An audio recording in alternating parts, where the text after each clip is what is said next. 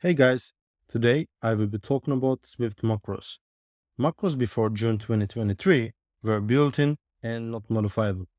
They were source-level components that, if you were to create a macro, you had to go through a certain scenario with Apple, where you needed to make some proposals in order to have them added. Now, after the introductions of macros in June 2023 Developer Conference, you can declare a macro without any approval from anyone. So what are Swift macros? Swift macros are basically smart shortcuts that add extra code for you when you are building your app. Everything happens at compile time, and macros give you easier time when you are coding by being less repetitive and less error prone. And there are two primary types of macros, which are freestanding and attached macros.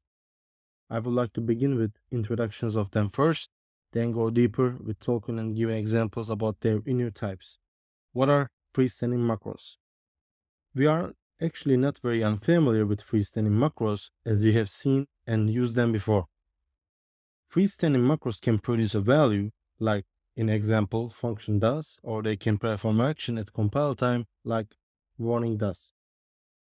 They are declared like this, and we will learn more about how they are created in a little bit.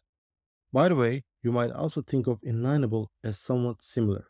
To remind you what inlineable is, it basically lets Swift compiler decide if a function's code should be inserted directly at each place it's used.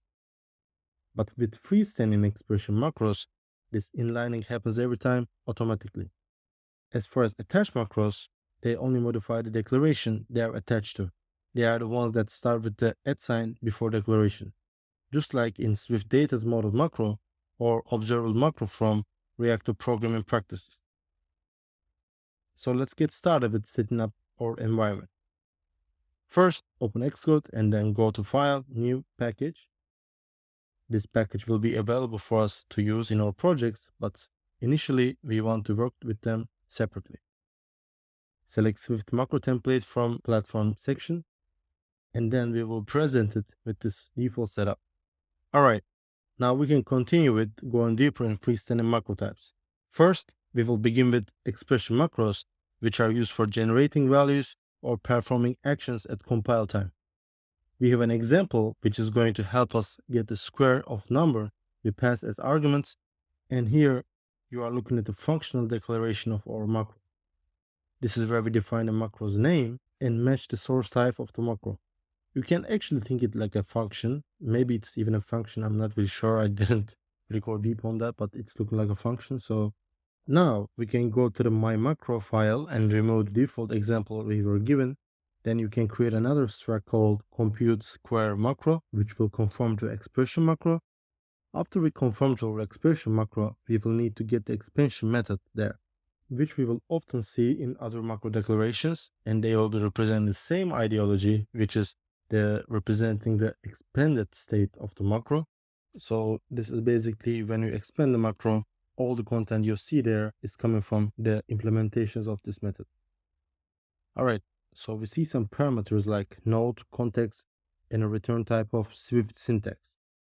Node here will be helpful with getting the past information, or let's say the information that is passed to the macro, which is going to contain arguments, descriptions, types, and so on. It will be more clear in a moment when we do the implementation. And another thing to mention from this method is that why are we returning Swift syntax? What we have to do with that? We basically are writing low-level code to create syntax. There are lower levels, obviously, but this environment of framework that we see is a wrap-up of lower logic that was probably written with some C-based languages, so we can create our own macros like in C-based languages. Continue with our expression macro example, we are going to do the implementation like this. Again, node is letting us access arguments passed to the macro, and first argument from arguments list is the number that we passed. Literal value is how we obtain this in the boundaries of an integer syntax by telling the compiler this argument is a type of integer literal syntax. Then we obtain the literal text and cast it as an integer type. Now let's get back to the main file and select the right target. Also make sure that you have selected Mac device for testing purposes. And now you can print out the macro and you can see desired effect being displayed on the debugger. Now Let's move on with the declaration macros, which are also freestanding macros. Declaration macros basically automate the creation of data structures or other declarations. In this example, we want to create a struct syntax, and we want this to be our result when the macro is expanded. First, make sure to update your compiler plugin. You can either add this new one to the array or remove the previous one, just like I did. This is almost like setting up your root view for your SwiftUI project. But instead of a root view, we are letting the compiler know what are our macros in the package. And here is how we create a method to create our macro as a freestanding declaration macro. The names parameter you see here is what names the compiler needs to pay attention to. In this case, we are letting compiler know that our struct name is going to be declo macro struct. We can also make it generic, but then the implementation of macro will get slightly more complex, and we don't really want that for this video. Now, looking at the implementation of our struct, we could see that the return syntax is literally how you would create a struct. An important note that you need to make sure struct's name must match with the macro like this. Now, if you go back to the main file and add these lines, we could see that our assertion text work fine. Also, to see the details of the macro, you can tap on the macro and click on expand. Alright, now we continue with attached macros. Attached macros have more types compared to freestanding ones, and I would say they are slightly more complicated. Specifically, peer macro is going to be a bit complex. Let's go with member macro first. Member macros simply add new declarations inside the type they are applied to. In our example, we want to have a computed property member in an enum that will give us website of the cases. We want to achieve this result. Basically, whatever brand it is, we want to add www and com at the end and create a computed property for us. So first, let's start creating our macro, starting from my macro file. If you notice, it's not freestanding marked anymore, and also have something called arbitrary that is passed to the names. This will make things more generic for us, let's say. And then let's see how enum member macro is created. First, we created our struct conform to the member macro protocol. You will again be presented with the expansion method.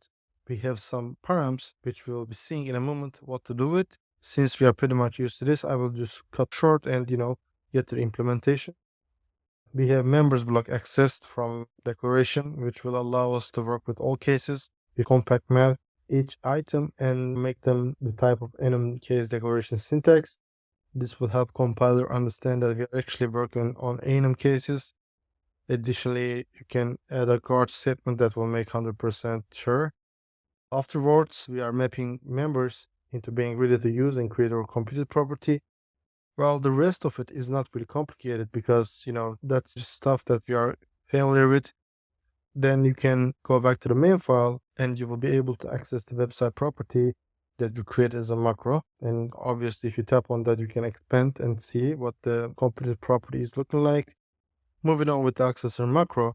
Accessor macros are usually applied when working with properties to turn them into computed.